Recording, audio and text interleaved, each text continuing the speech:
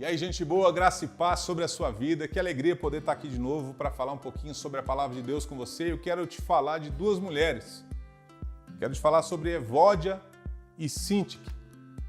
Aí, se você está precisando de um nome para colocar na sua filha, eis uma boa sugestão de Filipenses. Filipenses capítulo 4, Paulo fala sobre essas duas mulheres, que eram parte da liderança daquela igreja. E a igreja de Filipos, a igreja plantada ali por Paulo, era uma igreja especial no coração dele. Lembra? Foi uma visão de Deus, uma igreja estrategicamente plantada, num lugar muito estratégico para o avanço do evangelho naquela região. E Paulo tinha um carinho muito grande por aquela igreja. Paulo tinha um apreço, tinha uma relação muito forte com aquela igreja. Tanto que ela é uma igreja que foi muito influente no seu movimento missionário. Foi uma igreja companheira de Paulo. Mas no meio dessa carta tão amorosa, uma carta tão especial para uma igreja tão importante para Paulo, Paulo para poder falar para essas duas mulheres. Rogo a Evódia e Síntique que pensem concordemente no Senhor, porque elas me foram úteis no ministério e agora estão aí, vivendo essa dissensão, vivendo essa dificuldade, vivendo esse problema. E aí minha cabeça começa a imaginar algumas coisas, né? Eu começo a pensar como que era aquele contexto. Talvez existia ali um grupinho da Evódia, talvez aquelas mulheres ou homens que estavam do lado de Síntique, que havia uma pequena dissensão, uma pequena separação na igreja de Filipos. Você já viu alguma coisa parecida nos dias atuais?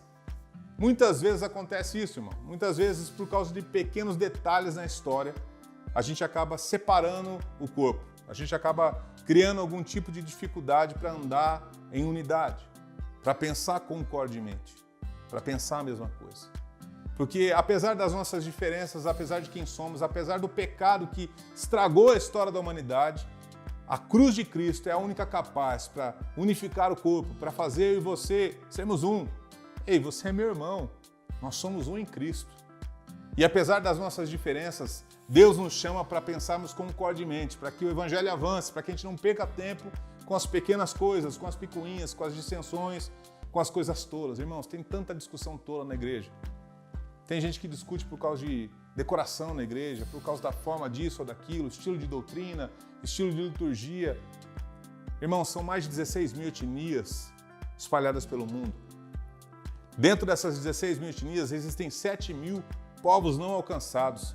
Cerca de 29% da população mundial ainda não teve contato sequer com a palavra de Deus. Não tem um missionário, não tem igreja plantada, não tem nada. Em Mateus 24 diz que Jesus volta só quando todas as etnias conhecerem do seu amor, ouvirem a pregação do evangelho do reino, e a gente está discutindo. A gente está como Evódia e Síntique. Eu quero convidar você a pensar concordemente. Apesar das nossas diferenças, em Cristo sermos um, para que a nossa vida, a nossa vocação, nosso foco, a nossa história, ela possa convergir na direção do reino de Deus e não nas nossas próprias direções, naquilo que a gente acha que é certo, naquilo que a gente pensa que é o correto. Deus nos chamou para sermos um em Cristo, para que o evangelho avance, para que eu e você possamos ser um referencial do reino dele nessa terra. A igreja de Atos, quando crescia, as pessoas olhavam para aquela igreja e tinham simpatia por aquela igreja porque eles viviam um modo de vida diferente. Deus nos convida, me chama, eu e você, nesse dia, para sermos um, pensarmos concordemente no Senhor, para que o avanço do evangelho continue através da minha e da sua vida. Esse é o nosso desafio hoje. Que Deus te ajude, que Deus me ajude, que Deus ajude a igreja do Senhor aqui nessa terra, para a glória dele e para o avanço do reino, em nome de Jesus. Forte abraço a você.